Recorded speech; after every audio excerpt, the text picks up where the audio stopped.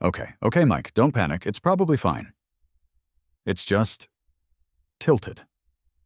My beautiful, meticulously restored '67 Mustang, Eleanor, currently resembles a metallic blue iceberg calving into a concrete sea.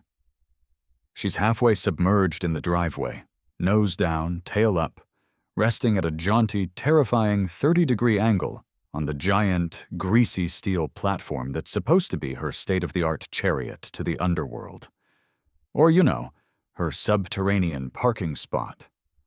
Warning lights, yellow and red, never a good combo, are flashing insistently on the control panel mounted near the garage door. A low, unhappy groan emanates from somewhere beneath the tilted platform, the sound of hydraulics contemplating mutiny. Deep breaths, Thompson, I tell myself, frantically cycling through the emergency stop procedures Gus, the contractor, had drilled into me. It's just a minor hydraulic pressure variance, or possibly a catastrophic seal failure leading to imminent structural collapse. Could be either, really. Definitely should have sprung for the premium German seals Gus offered. Hindsight, you magnificent jerk. Rain begins to speckle the driveway, each drop sizzling faintly on Eleanor's exposed hood. Perfect, just perfect. Across the street, Mrs. Gable's curtains twitch. Down the block, Mr. Henderson pauses his lawn mowing, pretending to inspect his mower blades while definitely staring. My phone buzzes in my pocket.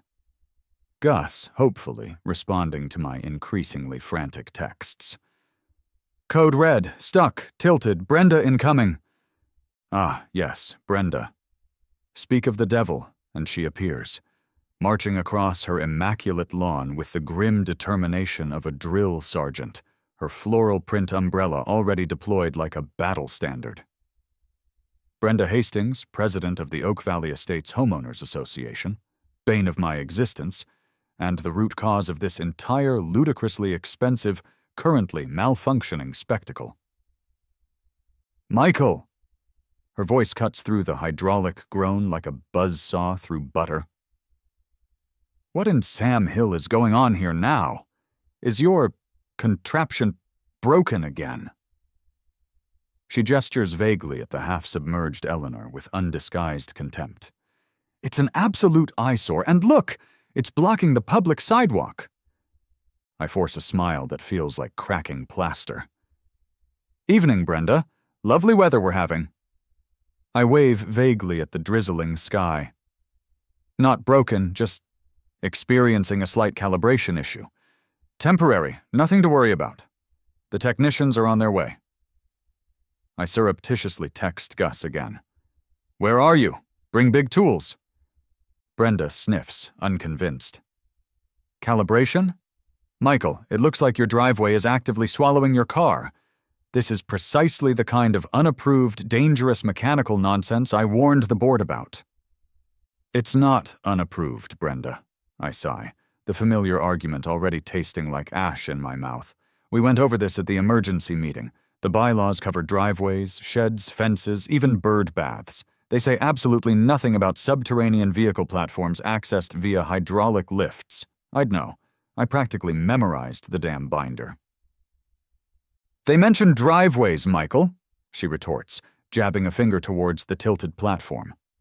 Normal driveways, made of concrete, not gaping holes with greasy machinery. And they certainly mention common sense. This is getting reported. Again! She whips out her phone and starts taking pictures, narrating the alleged violations for posterity. Hazardous condition, sidewalk obstruction, visual blight. Common sense left the building 6 months ago, Brenda, I think bitterly, watching a raindrop trace a path down Eleanor's fender. It checked out the precise moment you and your committee of nodding bobbleheads decided that 2 extra feet of concrete constituted an unacceptable disruption to the uniform aesthetic of the streetscape. This hydraulic testament to suburban spite? This is mostly on you.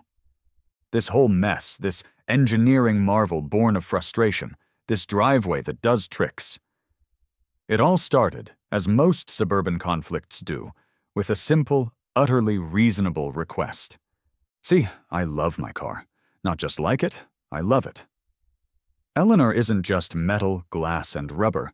She's a '67 Mustang Fastback, Highland Green, painstakingly restored over 5 long years. Every nut, every bolt, every stitch in the upholstery.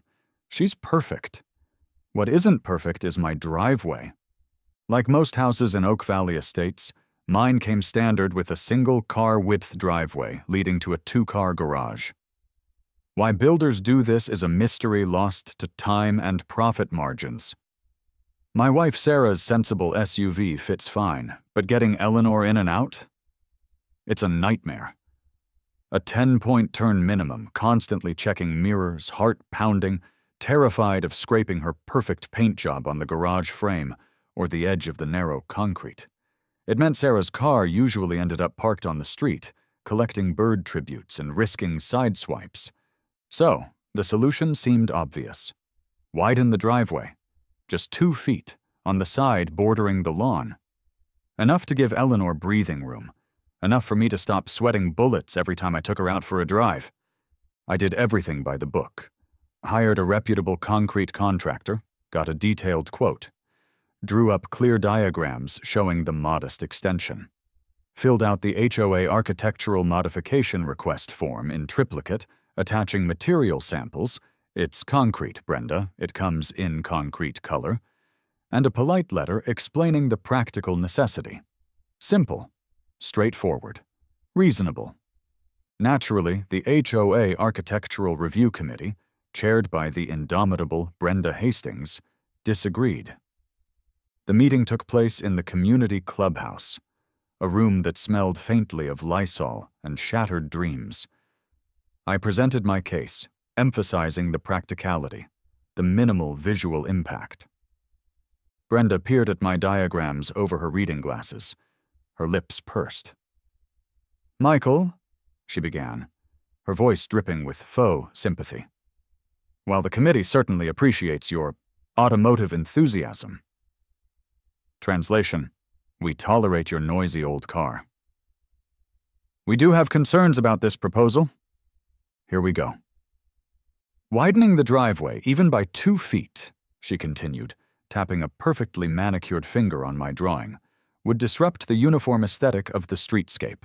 Bylaw 12, subsection D, paragraph 2, clearly states that driveways must maintain consistent width and appearance throughout the neighborhood to ensure visual harmony." I stared at her. Visual harmony? Brenda, it's 2 feet of concrete. It barely changes the look. Frank down the street has 3 plastic flamingos and a garden gnome riding a squirrel that disrupts the aesthetic. My driveway extension would be clean, new concrete. Mr. Henderson's lawn ornaments, while perhaps not to everyone's taste, are permitted under the Decorative Embellishments Clause. She sniffed. And cracks in existing driveways are a maintenance issue we address through violation notices. A deliberate alteration of an approved design element like driveway width is another matter entirely. It could set a precedent, Michael. Imagine if everyone suddenly wanted wider driveways. It would be chaos. Where would it end? Gary, a perpetually nervous man who always sat to Brenda's right, nodded vigorously. "Chaos?" he echoed faintly. I tried reasoning. "But half the driveways on the block are cracked and uneven. This would actually improve the look." "Application denied," Brenda announced, cutting me off with the swift finality of a guillotine. "Lack of adherence to established community aesthetic standards and potential disruption of neighborhood uniformity." She stamped my application with a large red "rejected" stamp, seemingly enjoying the physical act. Next item, discussion of approved mailbox flag colors. I walked out of there, numb, then furious. I got home and vented to Sarah, pacing the kitchen. "Uniform aesthetic. It's a driveway, Sarah, not a damn synchronized swimming routine. It's flat, gray stuff cars drive on. She just hates Eleanor, that's what it is. Thinks she's too flashy for Oak Valley." Sarah, bless her patient soul, listened sympathetically, but was clearly weary of my brewing HOA battles. "Okay, honey, it's ridiculous, I know, but maybe just park Eleanor really carefully? Or we could look into off-site storage?" Off-site storage? For Eleanor? Blasphemy. Later that evening, I stood staring at the offendingly narrow strip of concrete, then at the garage doors. Brenda wouldn't let me go wider. The rules were clear on that, but the rules, they were written for a two-dimensional world. What if I thought vertically? An idea sparked, faint and ludicrous at first. I went inside, sat down at my computer, and started typing. Parking solutions for tight spaces. Hidden car storage. Residential car lifts. And then, underground garage elevator. Videos popped up. Sleek platforms disappearing flush into cobblestone driveways in London mews houses. Hydraulic lifts lowering Ferraris into subterranean vaults beneath mansions in California. It looked impossibly cool, ridiculously complex, and exorbitantly expensive. And most importantly, the word elevator, specifically car elevator, appeared absolutely nowhere in the Oak Valley Estate's HOA bylaws and architectural guidelines. A slow, dangerous grin spread across my face. "If I can't widen the driveway," I muttered to the glowing screen, "maybe I don't need most of the driveway at all." The next few weeks, I became a man possessed. My life revolved around the subterranean storage of vintage automobiles. I learned about hydraulic rams, scissor lifts, screw-driven mechanisms, pit drainage systems, sump pumps, load capacities, PLC controllers, and the critical importance of emergency backup power. My YouTube algorithm shifted entirely from classic car restoration videos to demonstrations of German-engineered parking systems and tutorials on calculating soil load-bearing capacity. I'd corner Sarah while she was trying to read, shoving my laptop in her face. "Look at this one, honey. This company in Switzerland makes a platform that rotates and lowers. We could have Eleanor facing forward when she comes up." Sarah would sigh, peering at the screen. "Mike, are you seriously, actually considering digging a giant, multi-ton machine-filled hole in our front yard because Brenda Hastings wouldn't let you add 2 feet of concrete?" "It's not just because of that," I'd insist, perhaps a little too vehemently. "Think of the benefits, security. Eleanor would be safe from hail, falling branches, bird poop. Brenda's disapproving glares. It's an innovative use of space. Very forward-thinking." "It's insane, Mike," she'd reply, though I could see a flicker of morbid curiosity in her eyes. "And how much does this innovative use of space cost?" "Well," I'd hedge, quickly minimizing the browser tab with the eye-watering quotes, "the long-term value is significant. Think of the protection for Eleanor and, property value increase?" Even I didn't believe that last one. My next step was a deep dive back into the HOA rulebook, that cursed binder of suburban commandments. I read it cover to cover, highlighter in hand, searching for any clause, any phrase, any loophole that could possibly apply. Driveways? Oh yes, pages of rules. Width, material, slope, edging, condition. Garages? Size, door styles, color restrictions. Landscaping? Approved shrubbery lists, lawn maintenance schedules, restrictions on decorative rocks. But subterranean parking? Vehicle elevators? Hydraulic platforms? Driveway replacement systems? Crickets. Absolute silence. The rules meticulously defined what a driveway was and how it should look, but they were utterly silent on the possibility of something existing under it, or a mechanical means of moving a car off it into a non-standard storage space. This was it, my loophole, my glorious, mechanically complex loophole. "It's not a driveway expansion," I practiced saying out loud, pacing my study. It's a driveway replacement featuring an integrated subterranean vehicle storage solution with enhanced vertical access. It sounded ridiculous. It sounded perfect. Now, to find someone willing to build this monument to spite. The initial calls were educational. Call 1. Dependable Dave Construction. We do it all. Hi, Dave. I need a quote for some driveway work. Sure thing. Rip out and replace? Add a walkway? Sort of. I need the existing driveway removed, a large pit excavated underneath, and then a hydraulic platform lift installed in the pit that can lower my car underground. Silence. Then a slow drawl. You want to bury your car? In the driveway? Son, I think you need a permit for a bunker or maybe a missile silo, not a driveway repair. We don't do that. Click. Call 2. Precision Concrete and Paving Flatwork Experts. Precision Concrete, how can I help? Yes, I need my driveway replaced. But instead of just concrete, I need a concrete-lined pit built first, about 8 feet deep, with drainage, and then a heavy-duty steel platform installed that moves up and down hydraulically. A long pause. Buddy, are you pranking me? We pour flat stuff, driveways, patios, sidewalks. We don't build elevators for cars. That sounds like an insurance nightmare waiting to happen. Good luck finding someone for that. Click. Call 3. Prestige Garages and Motor Courts. Luxury solutions for the discerning collector. Their website had photos of garages bigger than my house. A smooth, sophisticated voice answered. Prestige Garages, Julian speaking. I explained my need for a subterranean single-car lift. Ah, yes, subterranean lifts, Julian purred. An excellent choice for maximizing space and security for one's collection. We have several models available: Italian hydraulics, German engineering. Our basic single-vehicle subterranean package typically starts around $150,000, plus excavation and site-specific engineering fees. I think I made a small, choking sound. Thanks, Julian. I'll keep that in mind.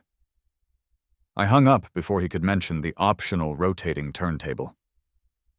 Okay, maybe not luxury garage builders. I needed someone more industrial. Someone who dealt with heavy machinery, hydraulics, maybe forklifts or loading dock equipment. My search terms shifted. Commercial lift installers, hydraulic platform specialists, industrial equipment repair. That's how I found Gus's Garage Gadgets and Industrial Lifts. The website was basic, functional, with pictures of Gus, a stout man built like a fire hydrant, proudly standing next to massive scissor lifts and complicated-looking hydraulic presses. It screamed, "No nonsense!" I called. A gruff voice answered, "Gus?" Hi Gus, my name's Mike Thompson. I have kind of an unusual residential project involving a hydraulic lift. Unusual how? Gus grunted. Trying to lift your riding mower to the second floor? No, I said. I want to install a car elevator in my driveway to lower my classic car into an underground parking spot. There was a pause. I braced for the hang-up or the laughter. Instead, Gus chuckled. A low, rumbling sound like rocks in a tumbler. A car elevator, huh? Let me guess. HOA won't let you build a bigger garage or widen the driveway. My jaw dropped. How did you know? Kid, Gus said. I've been installing heavy equipment and dealing with zoning boards and petty tyrants my whole life. Seen it all. So the dragon lady next door shot down your plans, and now you want to dig a bunker for the beauty? It's not a bunker, I protested automatically. It's secure, climate-controlled underground parking accessed via a hydraulic platform lift. Right, semantics, Gus said. Sounds like fun. When can I come take a look? Gus arrived the next day, driving a battered pickup truck that looked like it hauled engine blocks for breakfast. He was exactly as pictured. Short, solid, arms like pistons, wearing grease-stained overalls and a faded cap that read, "Hydraulics make the world go round and up and down." He surveyed my narrow driveway, glanced at Eleanor gleaming under the garage lights, took note of Brenda's pristine house looming next door, and nodded slowly. "All right, Thompson," he said, kicking the edge of the concrete. "So, right here. The Pit of Defiance." "Secure underground parking," I corrected weakly. Gus just grinned, revealing a missing front tooth. "Whatever you call it. Okay, this ain't no bolt-on kit from Amazon. This is real engineering. Major excavation first. Gotta dig deep, 8, maybe 10 feet depending on the lift mechanism. Need soil reports? Don't want to hit bedrock or the water table unprepared. Dealing with groundwater down there?" "I don't know." "We'll find out," Gus grunted. "Drainage is everything. Sump pump, maybe 2. French drains around the pit. You get water in that hole, you got yourself a car swimming pool, not a garage. Then the box itself, reinforced concrete, watertight. Walls gotta be thick to handle the soil pressure." He squinted at the space. "Platform itself, heavy steel. Hydraulics, gotta be redundant. Dual pumps, maybe.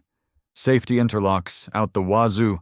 Pressure sensors, laser safety curtains across the opening. Emergency stop buttons, manual override. This ain't no garage toy lift you see online, kid. This is industrial-grade stuff adapted for your driveway. Needs serious power, too.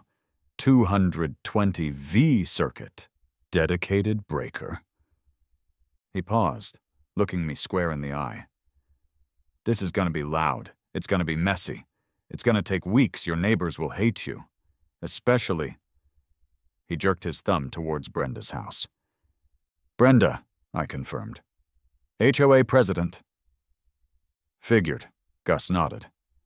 "So, the permit game. We gotta be smart. We pull permits for foundation repair and drainage improvement first. That covers the big dig.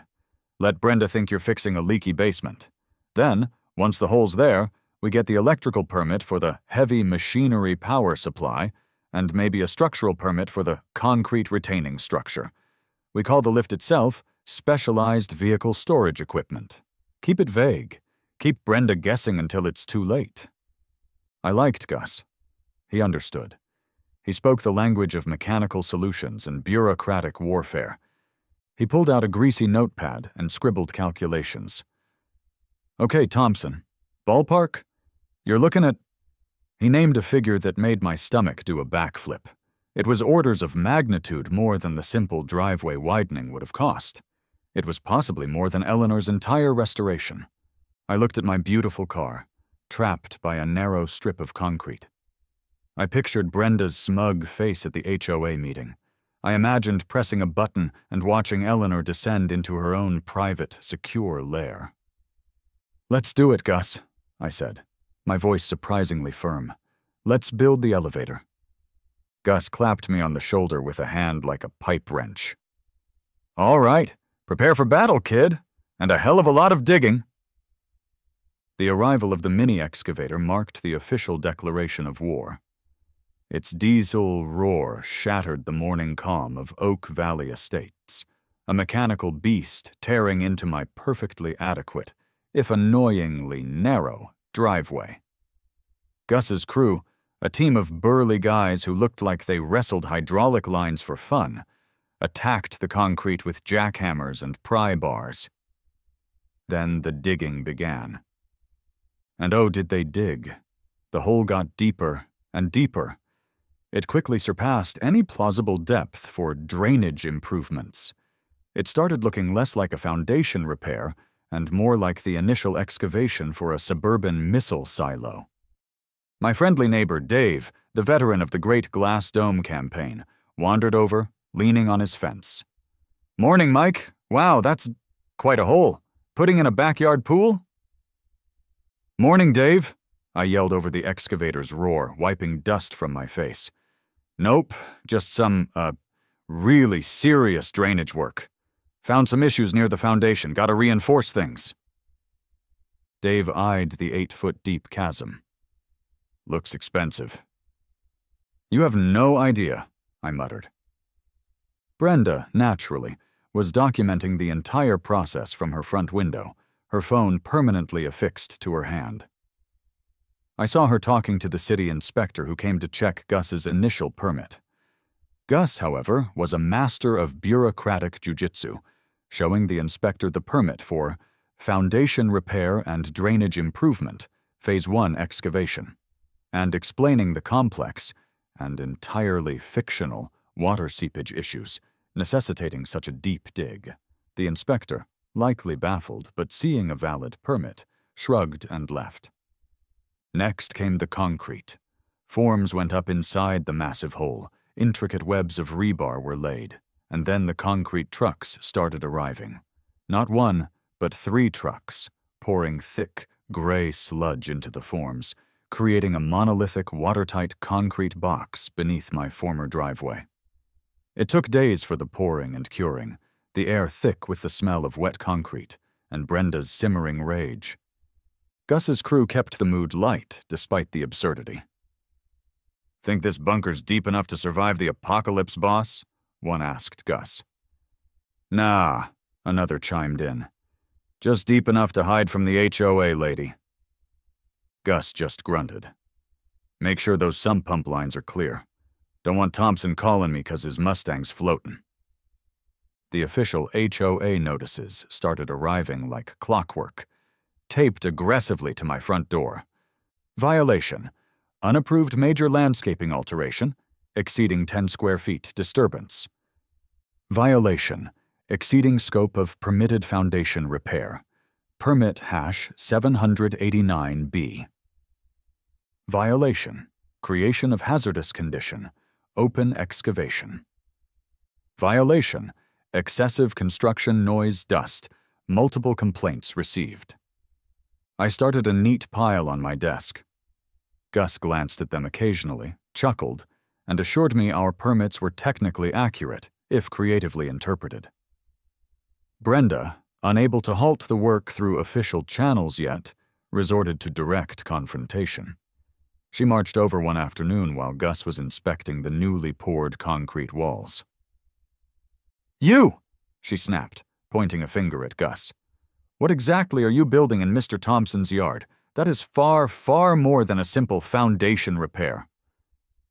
Gus turned slowly, wiping grease from his hands onto his already filthy overalls. He gave Brenda a slow, deliberate smile that didn't reach his eyes. "Ma'am," he said, his voice deceptively calm, "just ensuring proper structural support and critical water management around the property foundation, all according to city permit hash 789B. Very important work. Gotta protect the home's integrity. Wouldn't want any subsidence issues affecting the neighborhood, would we?" He gestured vaguely at the massive concrete box. Brenda sputtered, momentarily speechless. She knew she was being played, but the permits were in order, however misleadingly.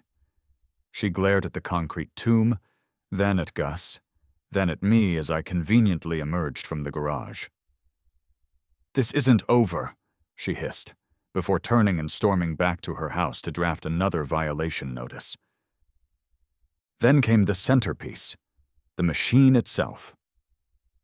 A massive flatbed truck lumbered down our quiet street, carrying a colossal, heavy steel platform, the part Eleanor would actually sit on, and the complex, greasy hydraulic ram assembly that would provide the muscle. It looked like a piece of industrial bridge construction had taken a wrong turn. Getting it off the truck and into the pit required a crane. A crane. In my front yard. Neighbors emerged from their houses, phones held high, drawn by the sheer spectacle.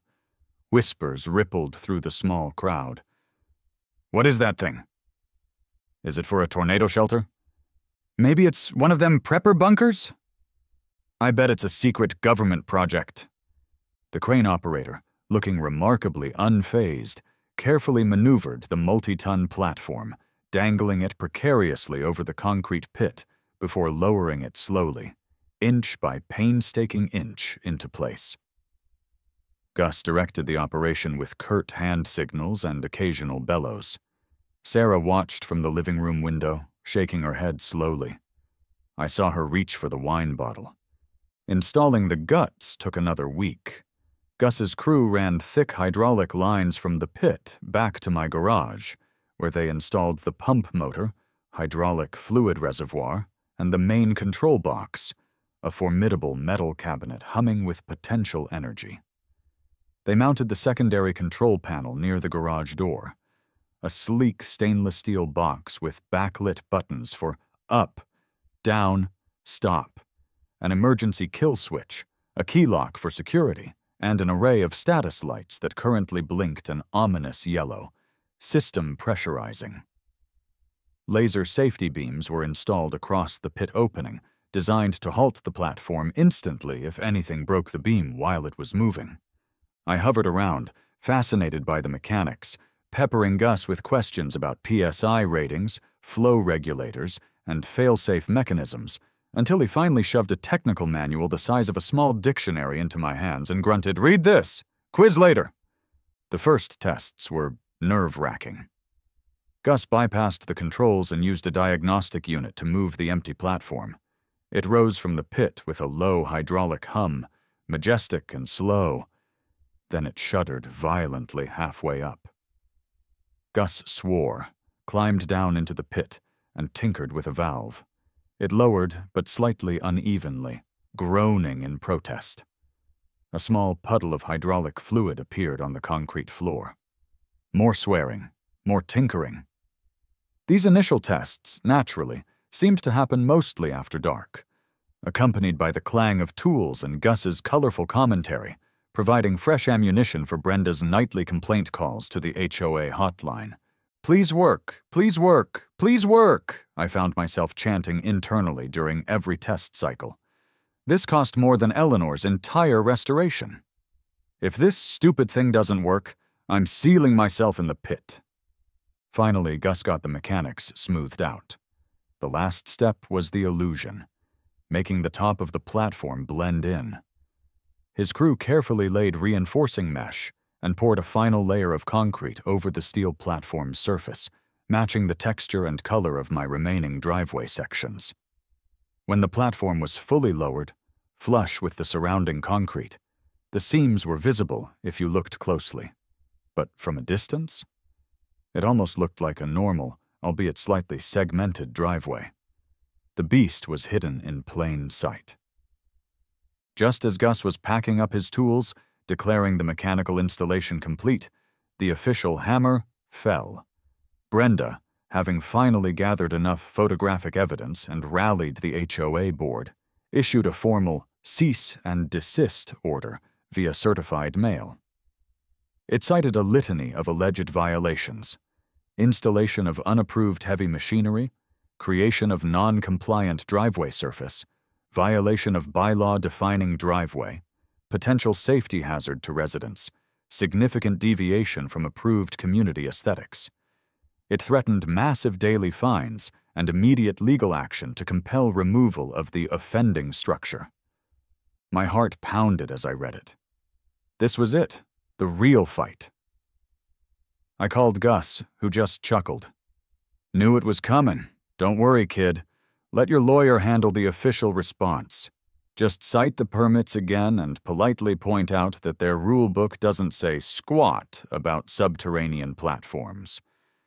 He'd helped me find a lawyer specializing in HOA disputes. Apparently, it's a booming field.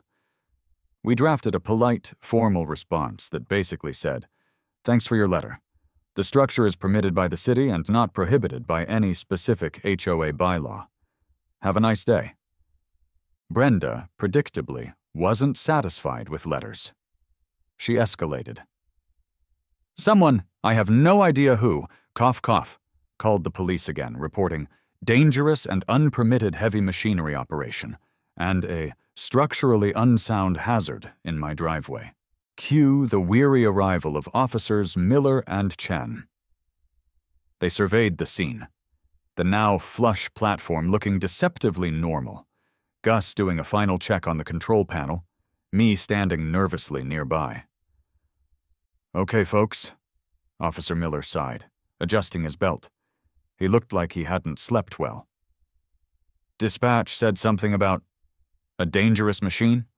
A collapsing driveway? Brenda marched forward, phone already recording. "Officer! Thank goodness, look at this!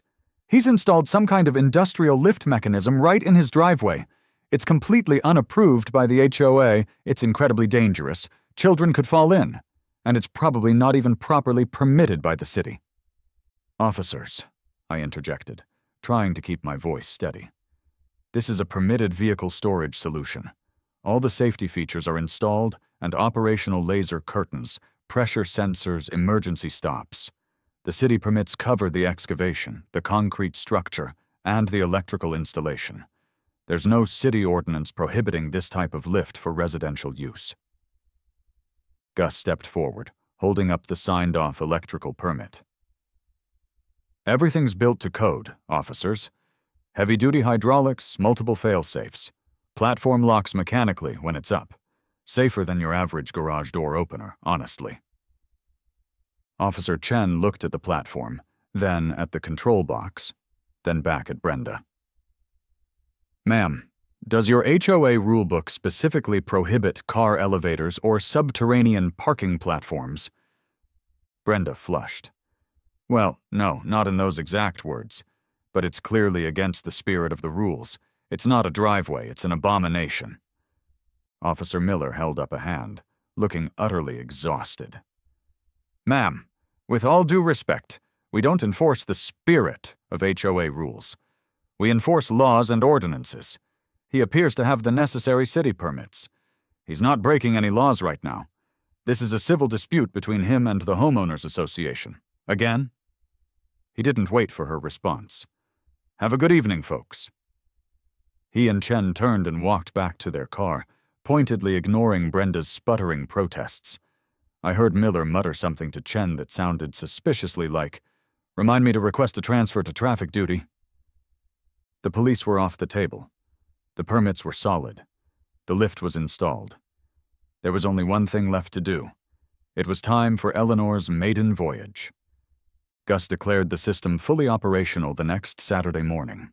The air crackled with tension. I felt sick with nerves. Sarah stood on the porch, arms crossed, watching with a mixture of apprehension and morbid fascination. Gus leaned against the garage, arms folded, radiating gruff confidence. A small gallery of curious neighbors had gathered at a respectful distance. And, of course, Brenda stood sentinel on her lawn, phone poised, ready to document the inevitable disaster. "All right, Thompson," Gus said, clapping me on the shoulder. "Moment of truth, easy does it. Just drive her on straight and slow."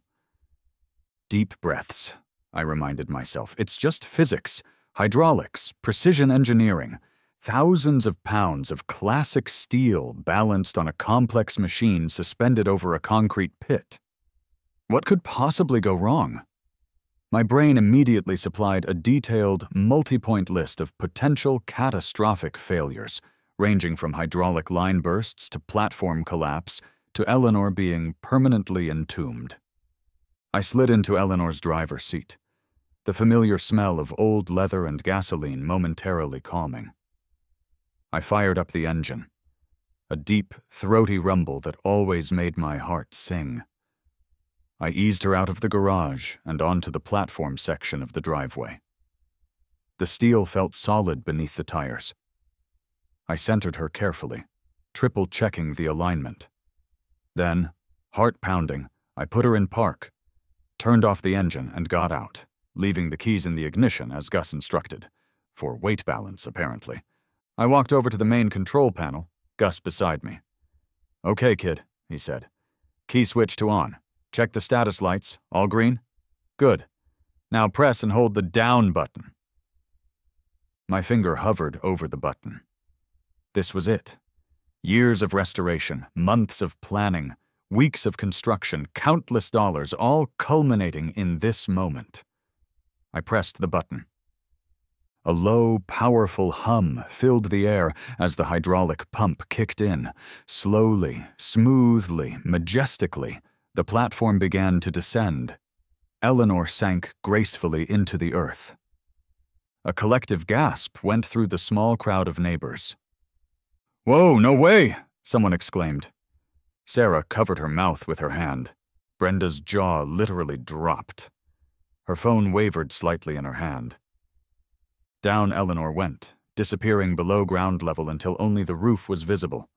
Then nothing. The platform settled gently at the bottom of the concrete bunker, with a soft thud. I peered down into the pit.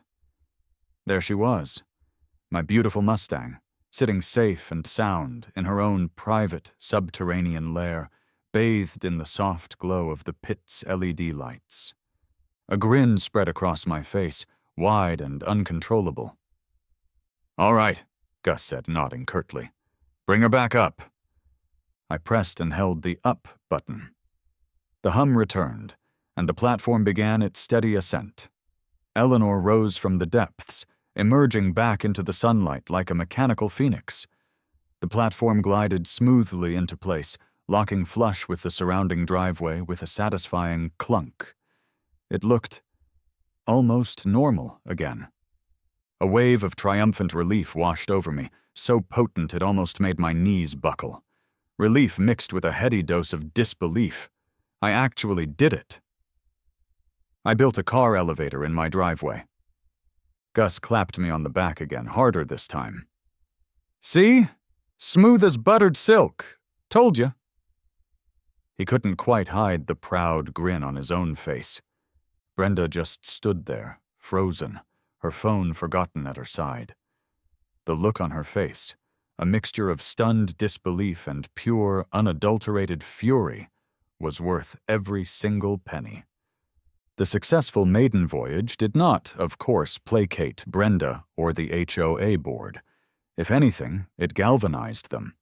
An emergency meeting regarding unprecedented driveway contraption was called for the following Tuesday night. Attendance was mandatory, the notice declared ominously.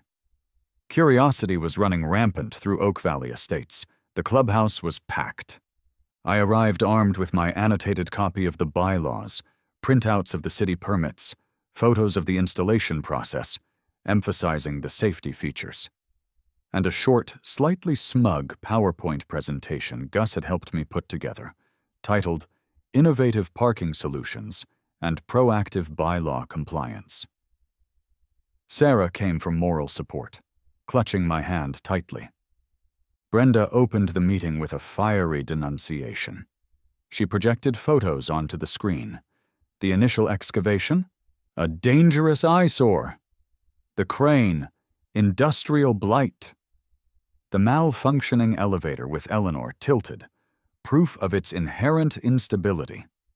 And finally, a picture of the flush platform, a deceptive facade hiding a ticking time bomb. She passionately quoted bylaws pertaining to driveway consistency, aesthetic harmony, and general safety. "This thing," she declared, her voice trembling with righteous indignation, "makes a mockery of our rules. It destroys the visual harmony painstakingly maintained in Oak Valley. It poses an unknown safety risk to our children and pets.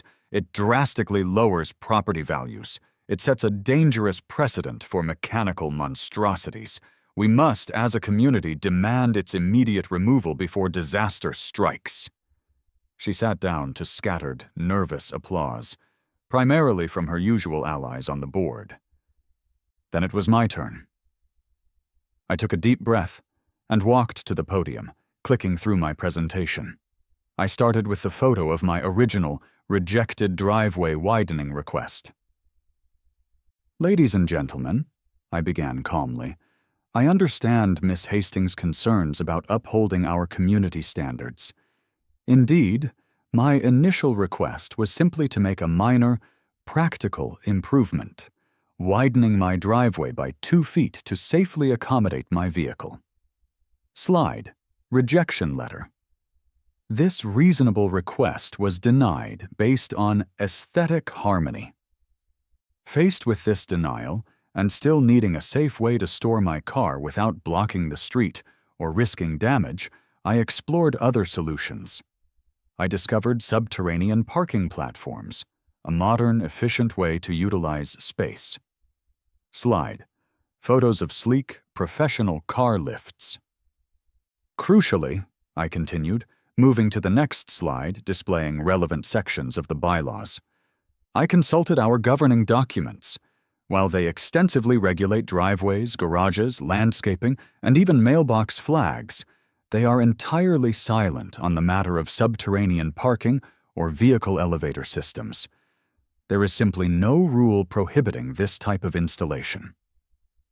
I showed photos of the construction, highlighting the heavy-duty concrete bunker, the drainage systems, the industrial-grade hydraulics. I showed close-ups of the laser safety curtains, the pressure sensors, the emergency stops. Slide. City permits, stamped and approved. This isn't some rickety gadget, I explained. It's a professionally engineered system with multiple safety redundancies, fully permitted by the city for electrical and structural integrity. When lowered, slide. Photo of the flush platform, it presents a clean, flat surface visually consistent with a standard driveway. When the car is stored underground, slide. Photo looking down into the pit at Eleanor. It actually improves the streetscape aesthetic, according to Miss Hastings' own previous implications about my garish classic car being hidden from view. A murmur went through the crowd. People started looking at Brenda, then back at me. The debate opened up. Several residents sided with Brenda, muttering about property values and keeping things the way they've always been. But others spoke up. "Honestly, Brenda," one neighbor said, "denying his 2-foot concrete request seemed unreasonable to begin with. Maybe this wouldn't have happened if the board was more flexible." Dave, the dome guy, stood up. "Folks, I know a thing or two about HOA overreach. If the rules don't specifically forbid it, and the city permitted it, what grounds do we actually have to force removal? We'll spend a fortune on lawyers and probably lose." Someone else asked about the noise. "I live 2 doors down. I haven't heard a thing when he uses it." The board looked increasingly uncomfortable. Their own rules were handcuffing them. Brenda saw her support wavering. "It doesn't matter if it's not specifically forbidden," she insisted desperately. "It's clearly not what the founders intended. It's a loophole. We need to vote to close this loophole and demand removal." "On what basis?" I asked calmly. "Which specific bylaw has been violated by the existence of the platform?" Brenda sputtered, flipping through her binder. The board members exchanged uneasy glances. Their lawyer, likely consulted beforehand, had probably warned them about demanding removal without clear authority in the bylaws. Seeing the impasse, I decided to go for broke. "Look," I said, addressing the room, "I understand it's unusual. Seeing is believing. The system is currently operational. If the board wishes, I invite you, and anyone else interested, to step outside right now for a live demonstration." A buzz went through the room. Brenda looked horrified. "That's entirely inappropriate." But the board members, perhaps seeing a way out of making a difficult decision, or maybe just intensely curious, agreed. The meeting awkwardly adjourned to my front yard. Under the porch lights, with half the neighborhood watching, I calmly walked to the control panel. I pressed down. The platform hummed and smoothly lowered Eleanor into her underground lair. Then I pressed up, and she ascended just as smoothly, locking perfectly into place. I even had Sarah drive her SUV onto it and repeated the process, demonstrating its practicality. The crowd was silent, watching the seamless operation. The sheer, undeniable functionality of the thing, combined with the gaping hole in the bylaws, seemed to settle the matter. Back inside, the motion to demand removal failed to get a second. The board voted instead to form a subcommittee to investigate potential future bylaw amendments regarding non-standard driveway configurations and subterranean structures, which was HOA speak for "we give up on this one." Brenda sat fuming, utterly defeated. I had won, expensively, absurdly, but definitively. Life settled into a new, slightly surreal rhythm. Using the car elevator became part of my daily routine. Drive up, press button, descend, ascend, press button, drive away. It was surprisingly convenient, and Eleanor had never been safer or cleaner. The initial mechanical quirks, like the tilting incident that started this whole recollection, were ironed out by Gus. Turns out it was a faulty pressure seal, thankfully not German. The elevator became a minor neighborhood landmark. People would sometimes pause while walking their dogs, hoping to catch a glimpse of it in operation. Kids thought it was the coolest thing ever, asking if it led to a secret bat cave. I didn't discourage this theory. My relationship with Brenda entered a state of Cold War. The direct attacks stopped, but she subjected my lawn maintenance, recycling bin placement, and even the wattage of my porch light to intense, bylaw-fueled scrutiny. Fine by me. The main battle was over. Sometimes, standing in my driveway, key fob in hand, watching Eleanor rise silently from the earth, I'd catch Brenda across the street, pretending to prune her already immaculate hedges, pointedly ignoring me. I'd give her a cheerful little wave. Did I spend an obscene amount of money and endure weeks of construction chaos just because the HOA denied a simple driveway request? Yes.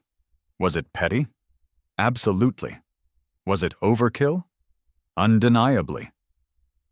But as Eleanor settled flush with the driveway, safe in her concrete cocoon, ready for our next drive, I couldn't help but smile.